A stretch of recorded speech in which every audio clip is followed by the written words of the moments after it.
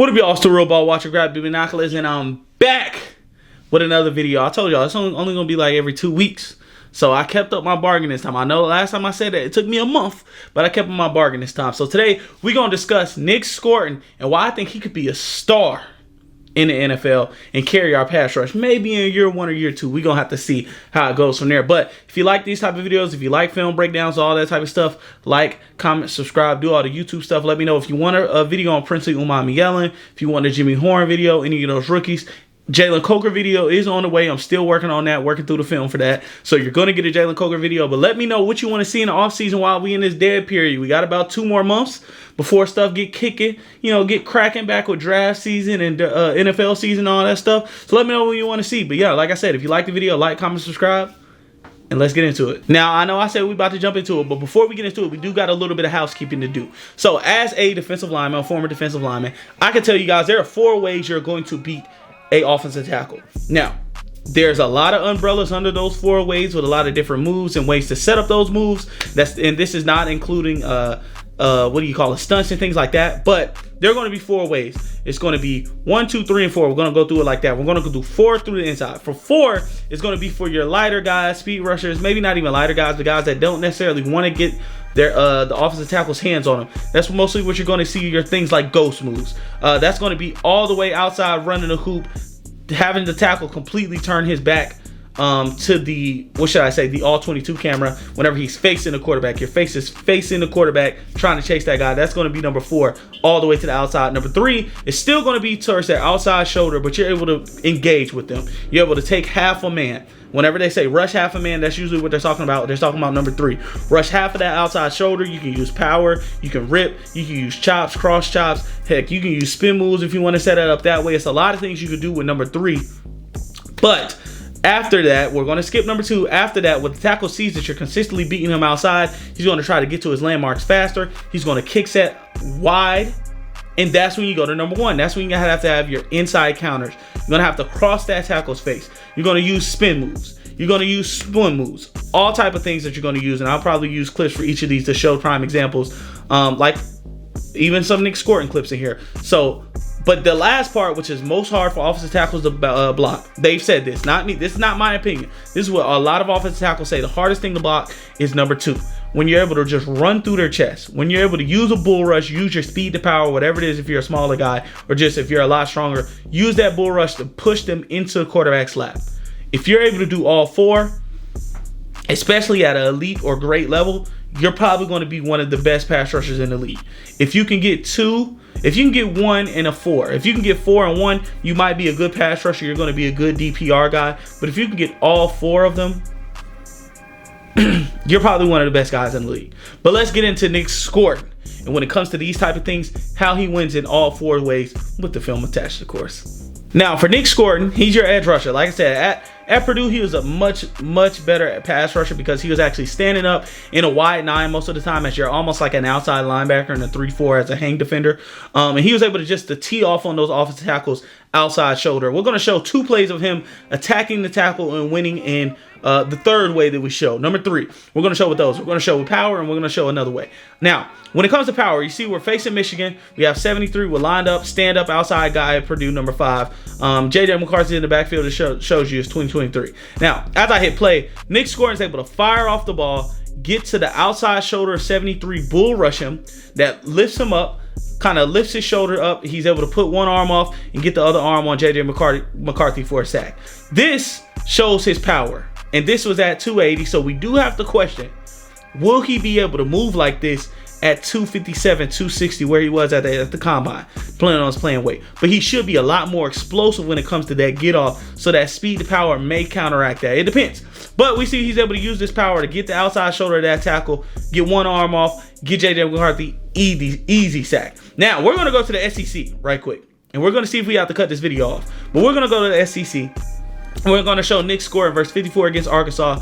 He's able to get off the ball, club over one, arm over one guy, and just easily does this, my favorite move, this cross chop to get around 54, completely turns him around. Now, he is facing a much more athletic quarterback and Taylor Green here. He's able to kind of step around him whenever Nic Scourton is going to sack him. Now, Nic Scourton balance should be better at the next level because he's playing at a much lower weight. He should be a lot more explosive. He should be able to stay on his feet right here. But man, even at this weight, to be able to move this athletically and to be able to get around like that, really, really good play from Nic Scourton.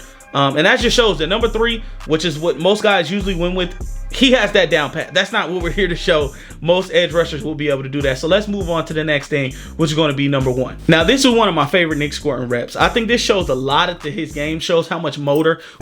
Princely Umar Miguel talked about it in the little mini blueprint that they put up for the rookies when they were at camp.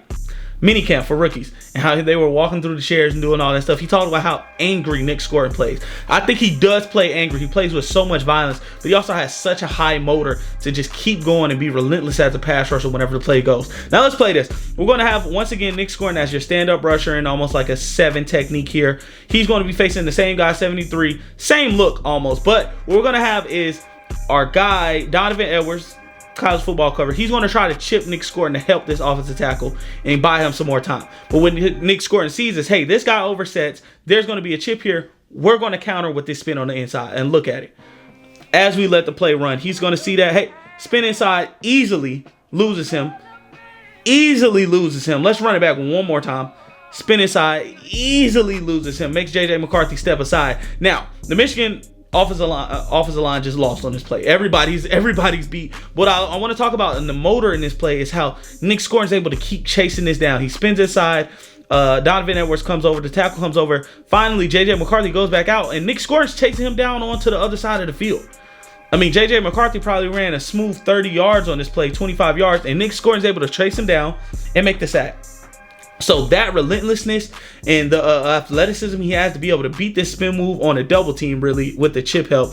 Not even a chip help. He was just full on staying in as a blocker. But be able to beat that double team with the inside counter, be able to make a tackle overset like that by consistently beating them outside, and be relentless enough to go chase down a very athletic quarterback, almost a dual threat quarterback in J.J. McCarthy. He's at least an improviser. To go get this sack, that's gonna bode well for him in the NFL. Just to, simply put, man. So we see that he can easily beat you to the outside. If you overset, he's gonna be able to spin inside, do a couple counters inside, and cross your face. But let's get to the next two, which is going to be kind of some projection for the next two. Now, I'm going to go ahead and skip the 2 because we'll talk about 4 later to see if we can even get this video, because it's going to be some SEC tape.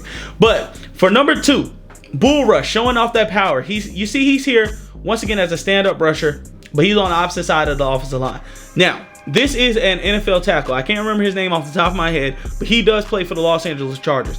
Nic Scourton is able to get off the ball and tee off the middle of his chest and push him into J.J. McCarthy, forcing him to step up. Now, this was a completed pass because J.J. McCarthy just did what he did in college and improvised, made a couple of plays downfield by just extending it with his legs. But with a better interior guy, with somebody like Derrick Brown, somebody like Tershawn Wharton on the inside, it's going to be much harder for him to step up and make these type of plays.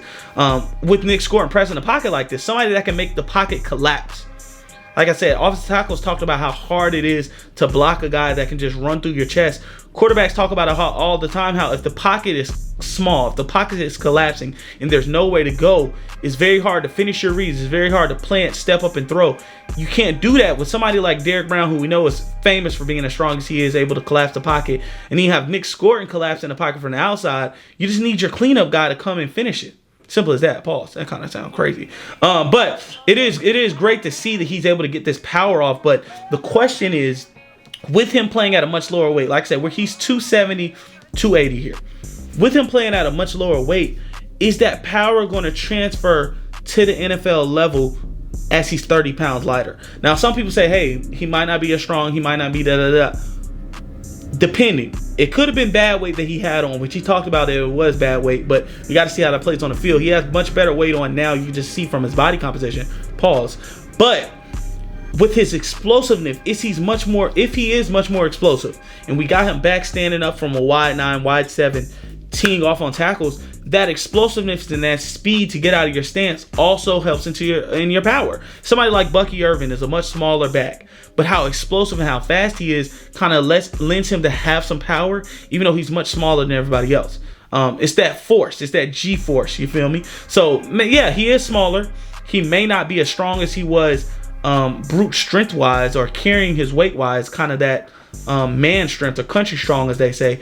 But with, you know, with his G-force, with his speed and his burst to get off, he still should be able to do this, what he's doing right here to this NFL offensive lineman. Now, I'm not saying he's a starter, but he is on the NFL roster. So that's good to see. And also in that last play, I'll bring it back up, even when he's able to attack half the man, he's still able to get that pop and get guys off balance to be able to go make a play. I know that we count this as number 3, but it could count as number 2 also. That strength and power to run through somebody. But let's get into the last one, number 4.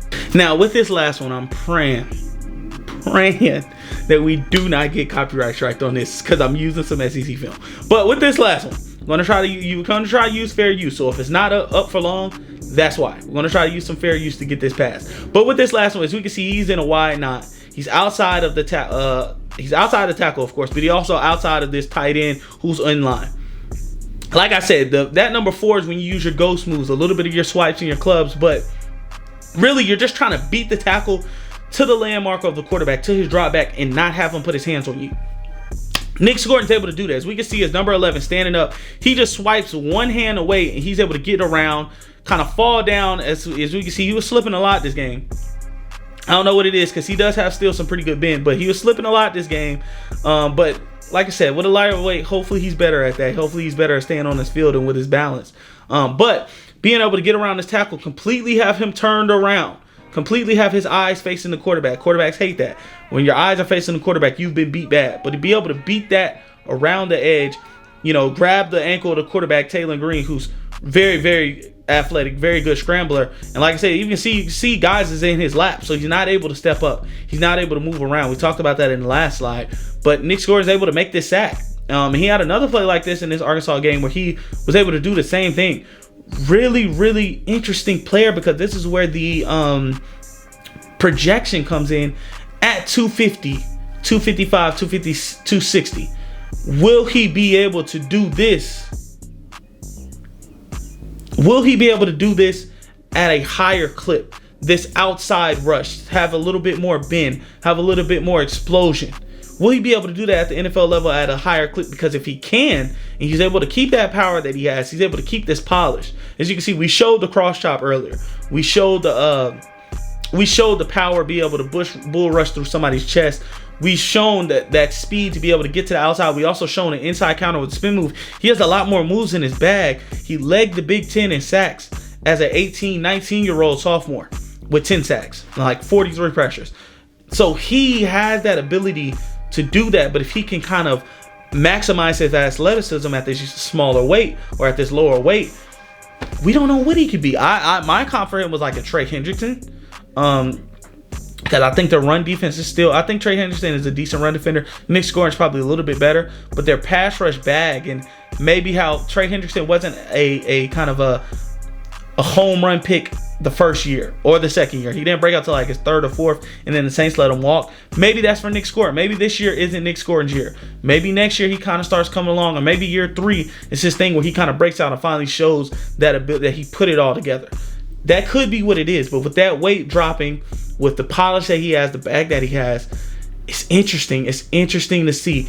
Like I said, I still have that Trey Hendrickson comp on him, but it's so interesting to see what he's playing. If he's playing at a lower weight, or when he's playing at a lower weight, what could he be? Now, I know it's supposed to be about his pass rush, but let's throw some bonus clips in here for Nic Scourton as a run defender. I talked about how he is better run defender than I think Trey Hendrickson was coming out. He uses his athleticism to be able to beat guys around the edge, but he's also very strong, so he's able to hold up in the run defense. So you see here, he's going to kind of swim around this offensive tackle and make the play from the backside of the run against what do you call it, Blake Corum on this kind of counter play. Really shows his athleticism to be able to make this from the backside and for a tackle for loss. But then on the next play, you see we have an NFL tight end, once again, Colston Loveland, 1st round pick. He's trying to kind of dig him out in the run game, pause, and it's also another counter play. But he's able to just cross his face and just take him for a ride. Take him for a ride to make the tackle in the backfield against Michigan. I did want to kind of highlight this because everything ain't about the pass rush, and this is why I think he could be a 3-down. Well, he will be a 3-down player because he's a much better run defender than somebody like Princey Gumami-Ellen. And like I said, Trey Hendrickson is kind of that sweet spot for me. I think that's his ceiling. That's what you're aiming for, which is a kind of high ceiling.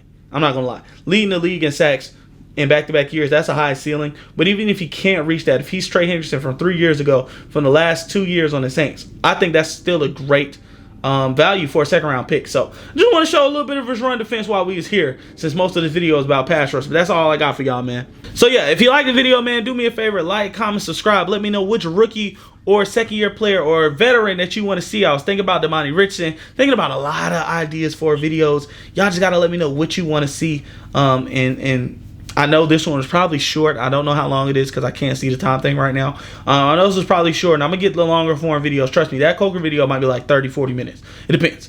But I know y'all wanted some longer form videos, and I'm going to get that to you. But, yeah, man, go ahead and subscribe. I'm going to do a giveaway eventually. We're going to announce that soon. I didn't mean to knock the camera over, but we're going to announce that soon. I know last year we gave away some free tickets. So if y'all want some tickets or jersey, comment below which one would you rather have. But yeah, man, it's been a real ball watch. Put up your binoculars. I'll catch y'all in 2 weeks. Peace.